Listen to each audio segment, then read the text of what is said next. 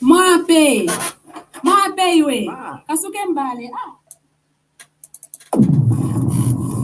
Money Evening News. Money Evening News.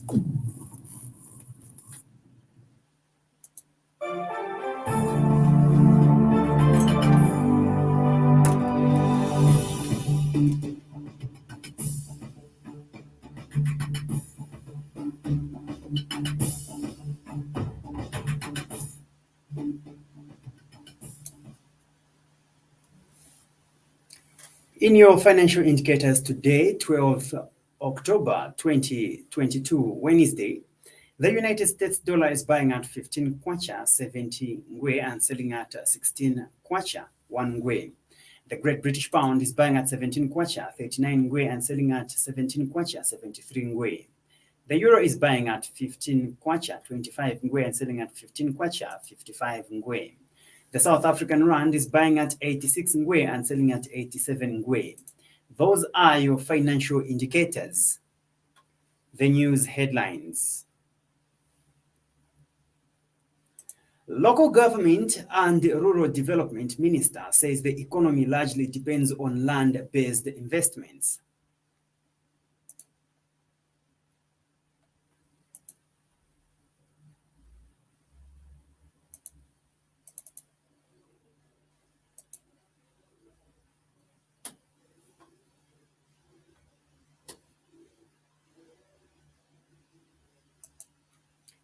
Zambia Congress of Trade Unions observes that government has embarked on a number of initiatives to help transition to formal employment.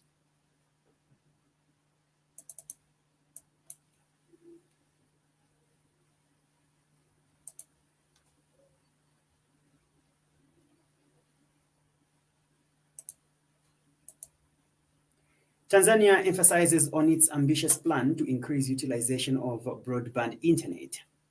Fashion Sakala tipped to start tonight's Rangers UEFA Champions League tie against Liverpool.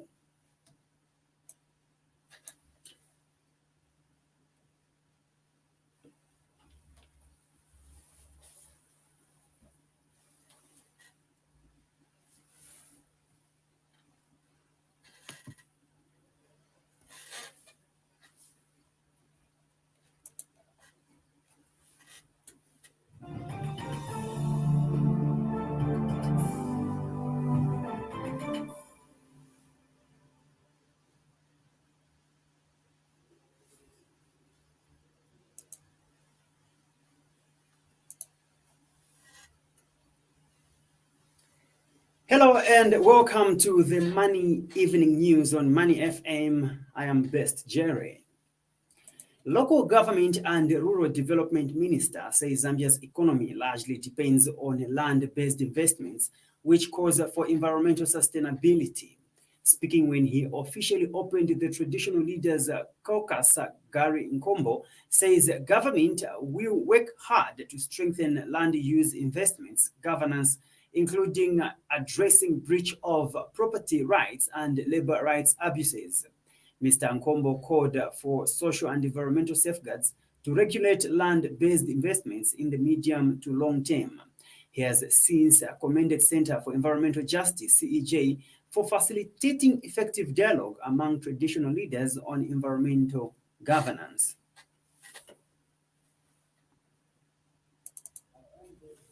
That we are on the right track or trajectory needed to resolve some of these most grievous reoccurring land use investments challenges, be it at law and policies or simply the weakness in the governance structure. The New Dawn government is fully aware of the several challenges around the governance of land-based investments, including and not limited to customary land tenure remains insecure with limited processes enshrined in the legal frameworks to uphold social safeguards such as consultation with land users. Low institutional capacity to enforce the social and environmental safeguards that are established by the law. And speaking at the same event, CEJ Executive Director Maggie Mwape states that land-based investments in Zambia are marred with land tenure disputes, unfair compensations and displacements, environmental degradation, and poor public awareness of the land rights and legal frameworks and institutions governing land-based investments. There seem to exist uncoordinated legal frameworks that govern land-based investments and weak enforcement of environmental and social safeguards. This, coupled with land tenure disputes, unfair compensations and displacements, environmental degradation, and poor public awareness of the land rights and legal frameworks and institutions governing land-based investments, leaves much to be desired if we are to strengthen land-based investments in Zambia. As CJ, we believe that the issue that shall come from this caucus shall inform the immediate steps to be taken in advancing land-based governance in Zambia.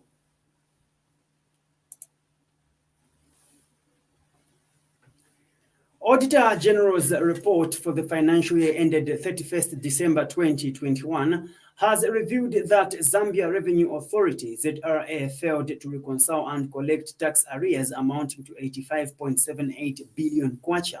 Speaking at a media briefing, Auditor General Dick Sichembe says a review of records that ZRA carried out in March 2022 revealed that the tax arrears had worsened from 59.66 billion kwacha in 2020 to 85.78 billion kwacha as at 31st December 2021.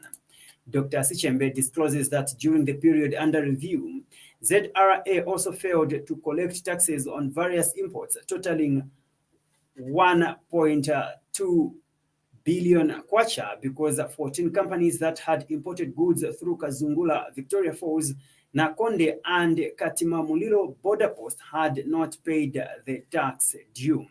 He further says a review of records revealed that 207 tax clearance certificates were issued by ZRA in respect of 31 mining firms who made 383 new return declarations during the period under review on mineral royalty returns, despite exporting minerals such as copper, cobalt, resulting in taxes in amounts totaling 140,585,099 kwacha not being collected.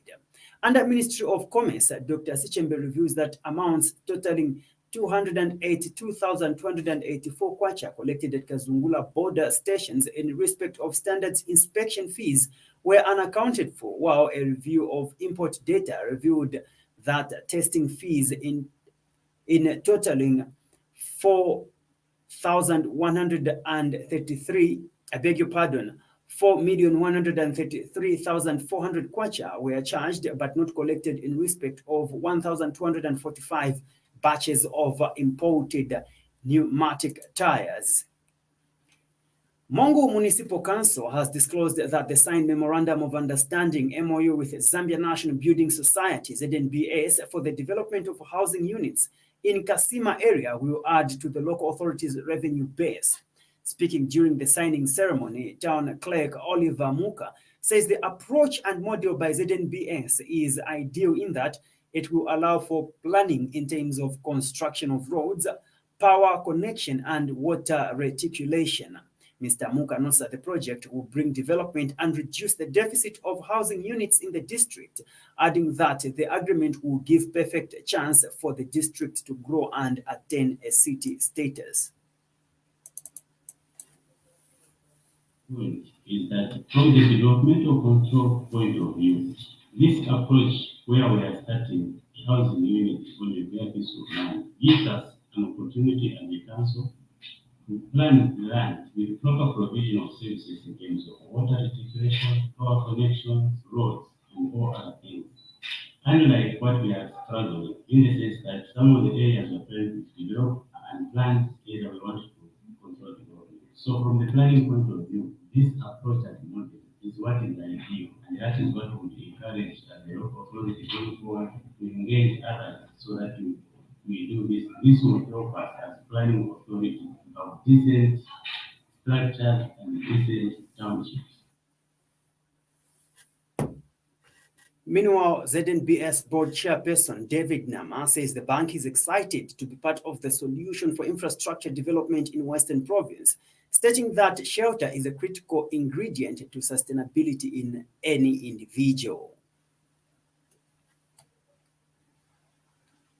Where we are transforming this asset into production. And from Zambia Building Society point of view, we are excited that we want to be part of the solution in Western Province to transform this province into the value that this province wants to go to. We do have capable management to carry on this fundamental and important act from the part of Zambia Building Society. And we do know that performance in an individual cannot be done if there is no proper shelter. One of the critical ingredients of sustainability is shelter to an individual. And therefore, because we know that we have had these teachers and medical personnel that have been employed and they will be posted all over the country.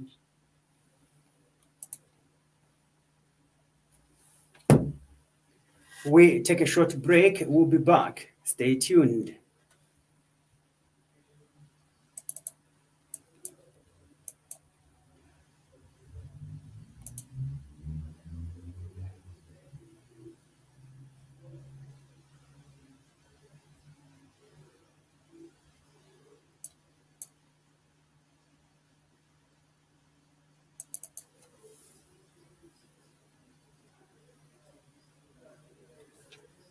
Network earn skills to close and lead profitable real estate projects. By attending this masterclass, you will be eligible for free membership in the next real estate investment project. The real estate investment masterclass will be held on the 15th of October 2022 from 8 hours to 13 hours at Mulungushi Conference Center. The masterclass will be hosted by Chisewe Fumbeshi, chartered and registered valuation surveyor. Get your tickets by calling 0978 313 503 or come to Fairwood Properties along Fair Road in Woodlands. This masterclass is in partnership with Indo-Zambia Bank. For more details, visit Fairwood Properties Limited on all social media platforms or our website fairwoodzambia.com.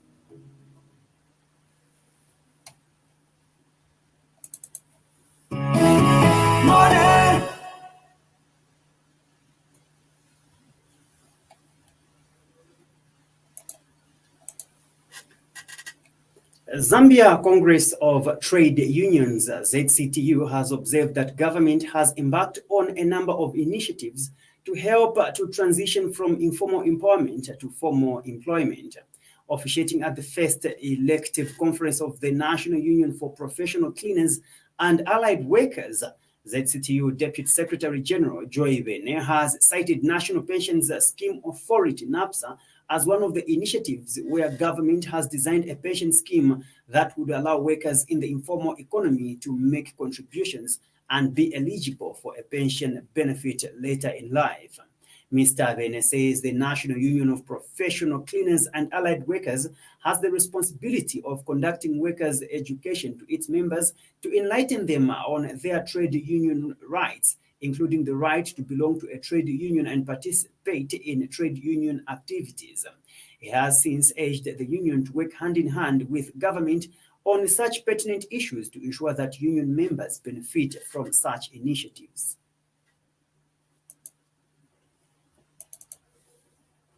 And they are not sleeping. So, you should not believe it.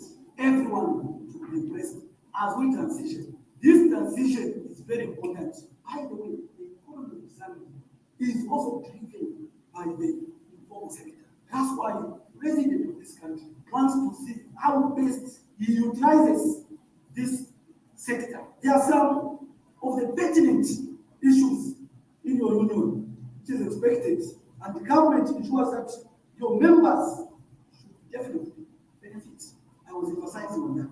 Your members, Mr. President, I've got a lot of work to do. This is Money Evening News at 17:30. Zambia Army Commander has extolled the Zambia Army, United States of America, USA Army ties. Lieutenant General Sitali Dennis Aluwuzwi, who is attending the Association of the United States Army, AUSA conference being held in Washington, D.C., under the theme Building the Army of 2030, says the Zambia Army is grateful for the partnership that it enjoys with the United States Army.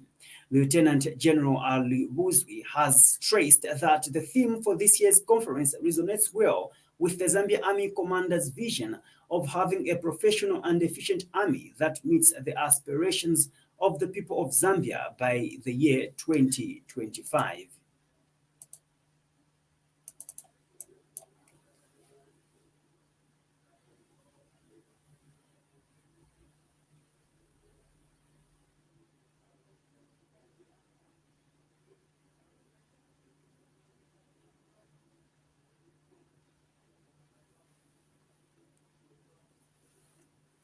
I am grateful for this opportunity to share and learn best practices from our partners as we also strive to reach our desired end state. Our expectations are very high, and we have no doubt that we shall benefit immensely in this year's conference, including all the high-level engagement that have been lined up on the sidelines.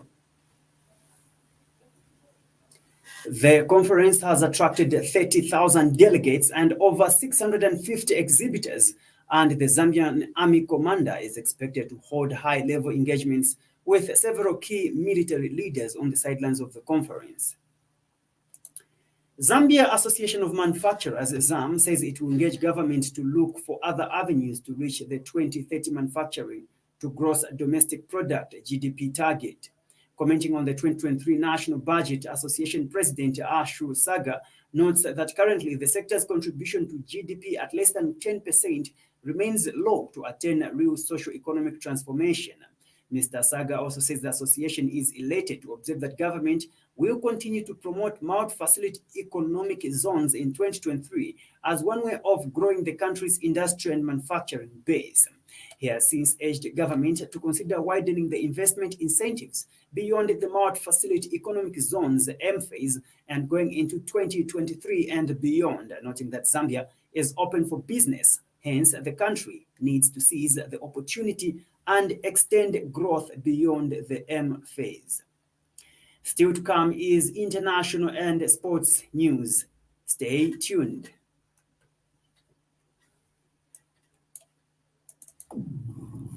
Money International News. Money International News.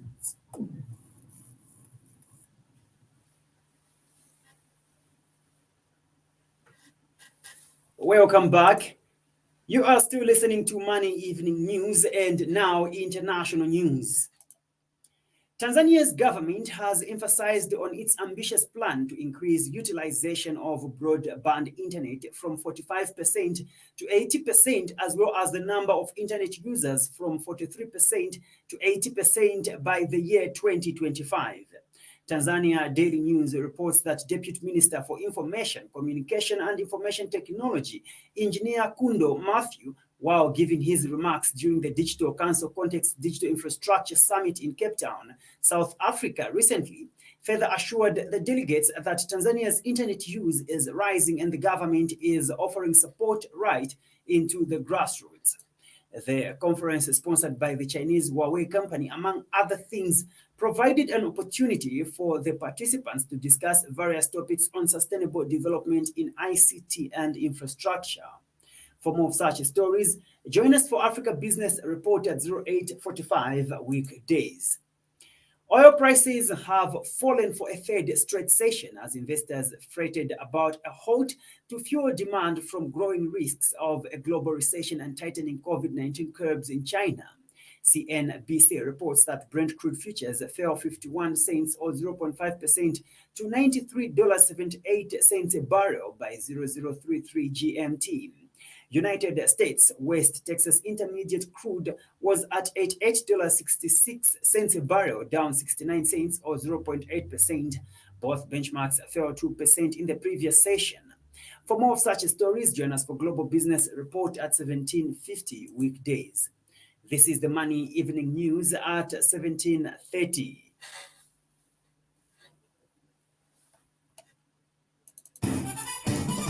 Money Sports News. Money Sports News. In sports news, Rangers lock horns with Liverpool at Ibrox this evening as they look to keep alive their hopes of playing European football post-Christmas. Giovanni Van Bronckhorst side prop up Champions League Group A with 3 defeats from their opening round of matches. On the right, Zambian winger Fashion Sakala is tipped to retain his spot in the starting 11 following his impressive performance in the Scottish Premiership League match against St Mirren. With Rangers needing at least a point, the forward line needs to step up and take the game to their opponents. Sakala did well when introduced at Anfield, and he carried that form into Saturday's win over St Mirren and will be the preferred to start at right wing, with Ryan Kent likely to fill the left wing role.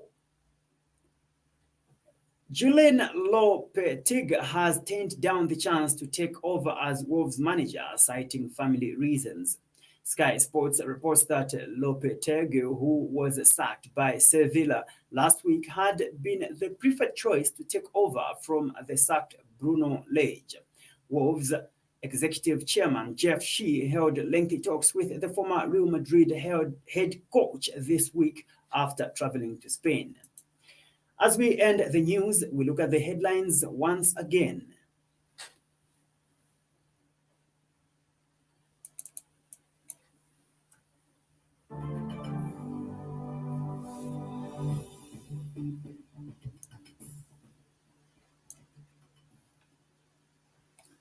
The news headlines.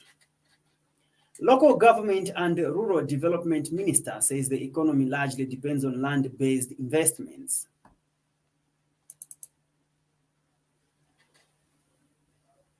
A trajectory needed to resolve some of these most grievous recurring land use investments. Zambia Congress of Trade Unions observes that government has embarked on a number of initiatives to help transition to formal employment. As we transition, this transition is very important. I believe the economy is also Tanzania emphasizes on its ambitious plan to increase utilization of broadband internet. Fashion Sakala tipped to start tonight's Rangers UEFA Champions League tie against Liverpool. For these stories and more, be sure to visit our website on www.moneyfmzambia.com. Follow us on Facebook, Money FM Zambia. On Twitter and Instagram, Money FM Zambia. You can also download our Money FM app from App Store and Google Play Store. And for marketing, contact us on +26096786540 or 0211252237. Thank you for listening to Money Evening News. I am Best Jerry. Good evening. This is Money FM.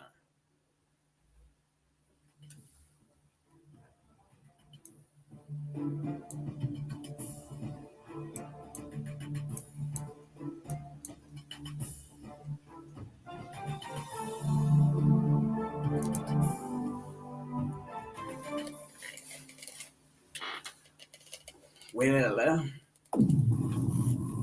Money next we're Evening getting News. into Global Business Report, so stay tuned, keep logged in. Money Evening News. Global Business Report. Get global, go global now on Global Business on Money FM, your business radio.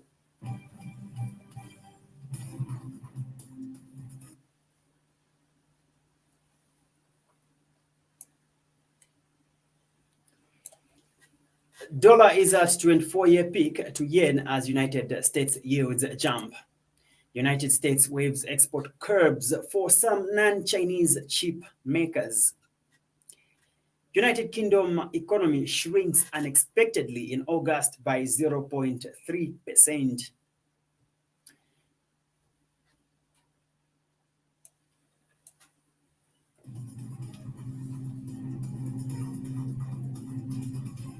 Global Business Report. Get global, go global now on Global Business on Money FM, your business radio.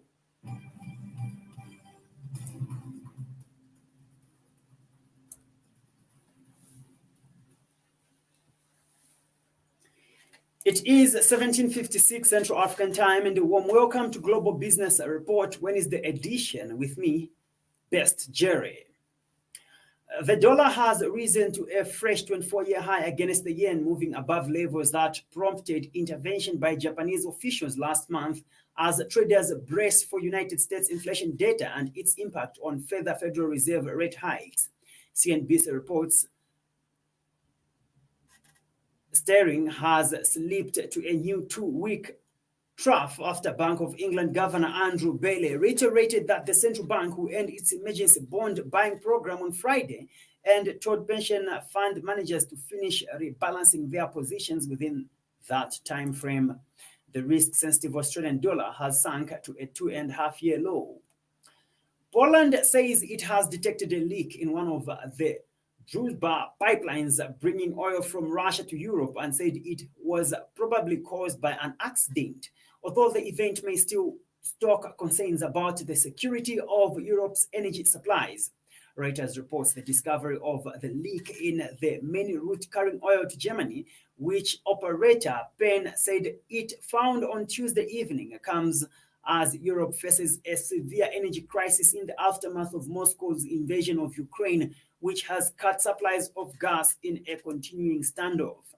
Penn says in a statement that at this point, the exact causes of the leak are unknown.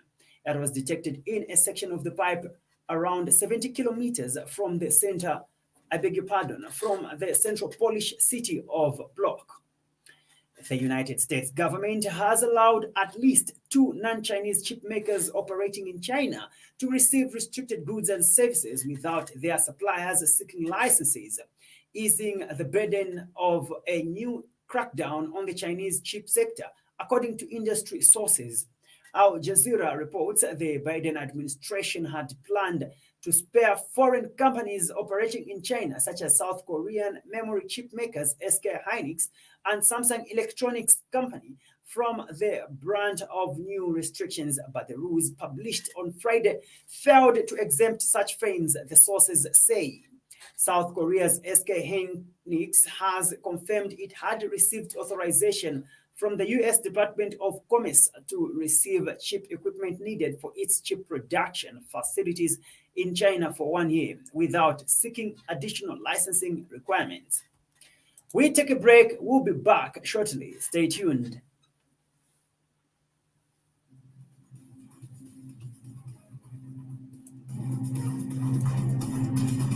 Global Business Report. Get global, go global now on Global Business on Money FM, your business radio.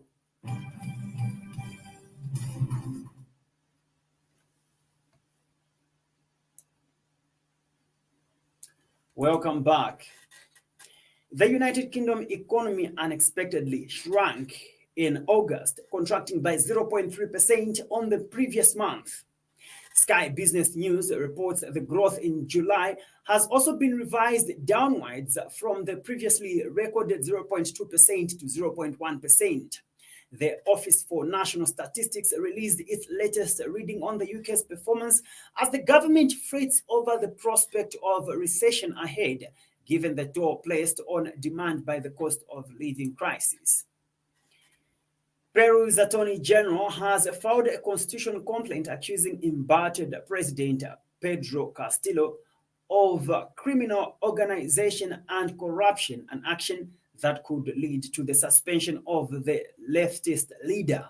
France 24 reports Castillo, who has survived 2 impeachment attempts since taking office in July last year, is already the subject of 6 criminal investigations. The president has rejected the accusations and claims they are part of a political plot to unseat him. Before we go, we have a BBC News summary.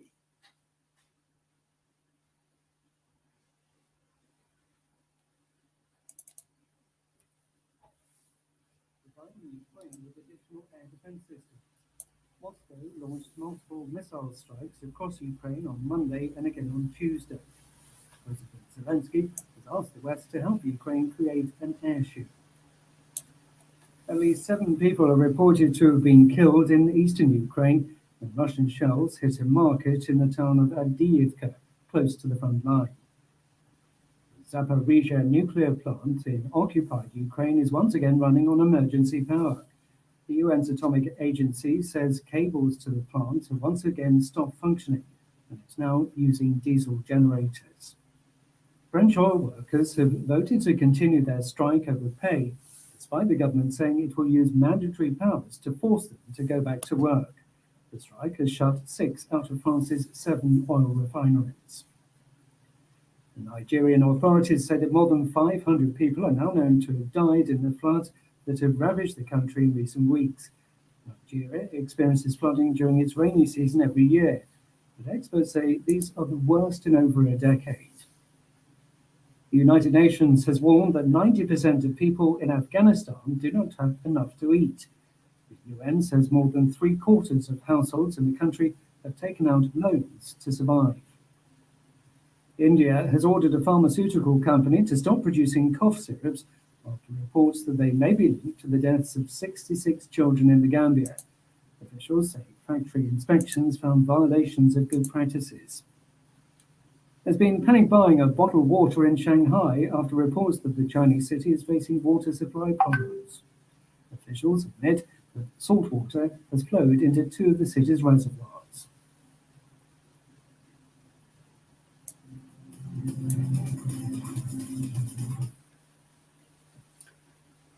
Thank you so much for joining us. Be sure to join us on Thursday for another global business report.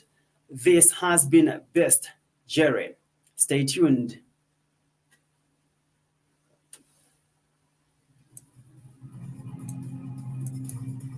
Global Business Report. Get global, go global now on Global Business on Money FM, your business radio. Global Business Report. Get global, go global now on Global Business on Money FM, your business radio.